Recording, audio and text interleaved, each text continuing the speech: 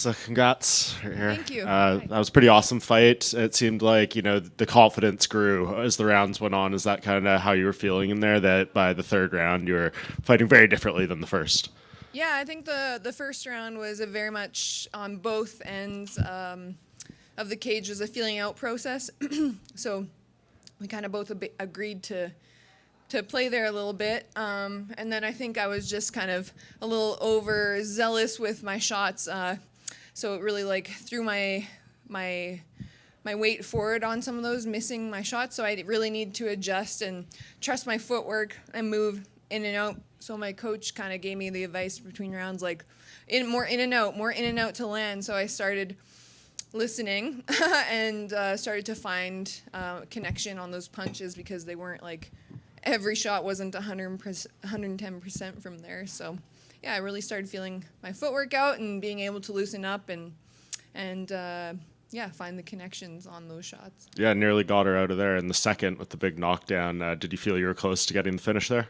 Yeah, but she was surviving. I didn't want to get too committed to that, because that's kind of a danger zone. Even though it doesn't look like it from the outside, she still was in the fight.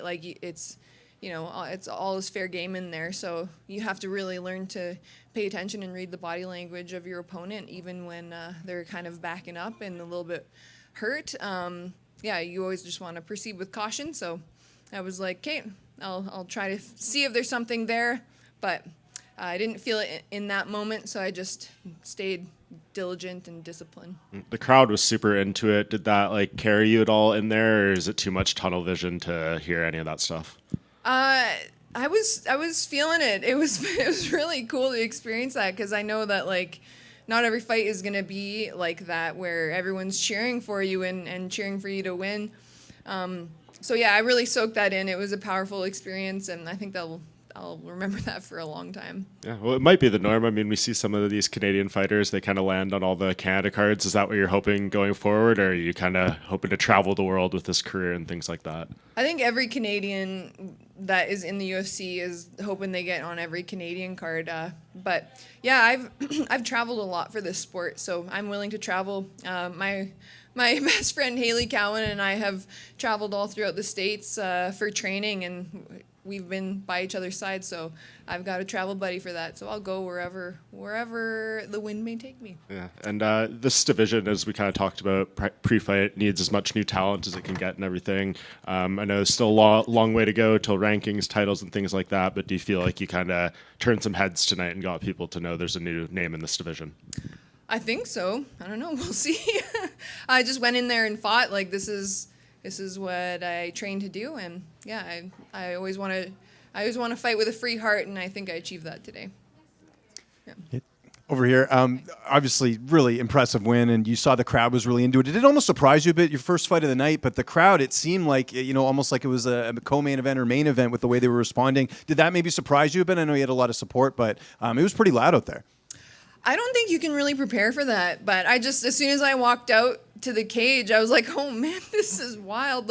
Having people excited for you gets you excited. And like I said, it's a very powerful experience to be able to have that support and have people want you to do well. So yeah, I think it went a long way in the fight. Yeah, and you got a pretty experienced corner, Curtis DeMars. You got Haley Cowan in there. What were they saying in between rounds? Because I know the first round, maybe not how you wanted it to go, but we saw that progression in the second and third that led to the finish.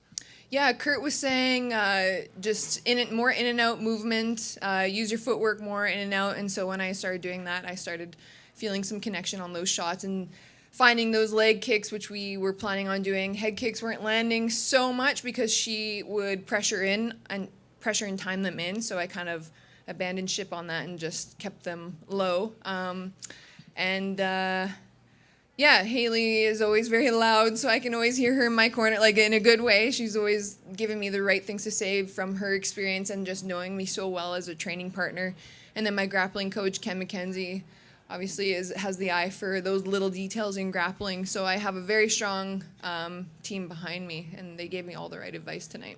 Any pitch to get the UFC to come back to Calgary? I think it's been since 2018. Did you go to that card, by the way, back in the day? I didn't, no. But yes, they should absolutely come to Calgary. That would be...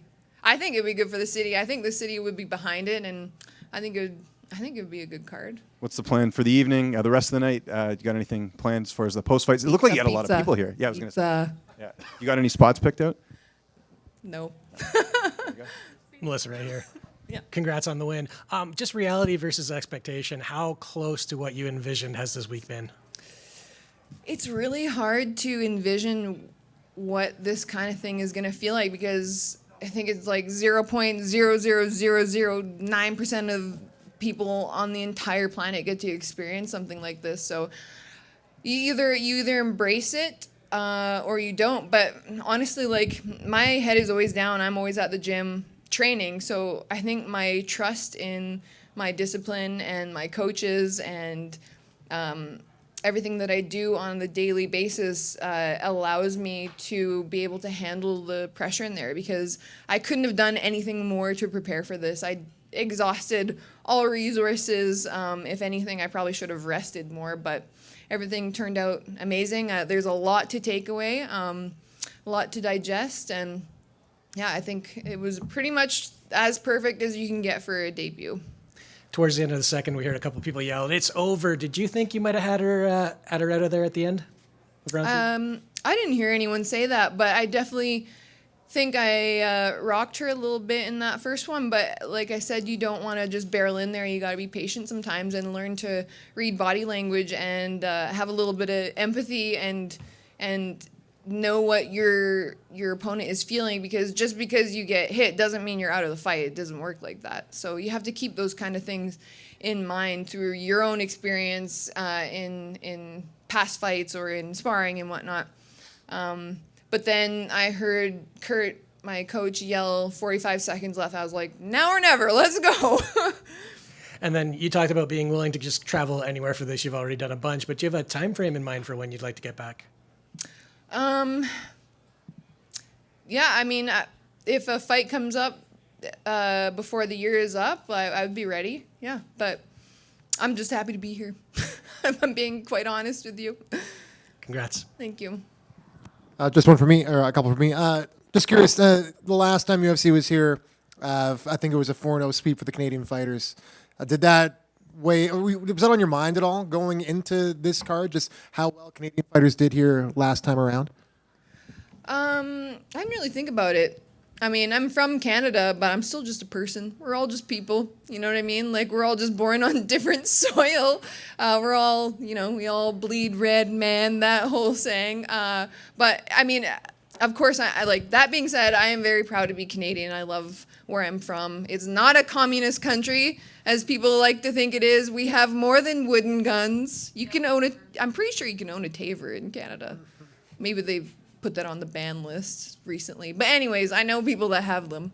But I'm just saying, like, I love the hype and being proud to be Canadian. I also love my American friends. I spend lots of time there, but it is a global sport.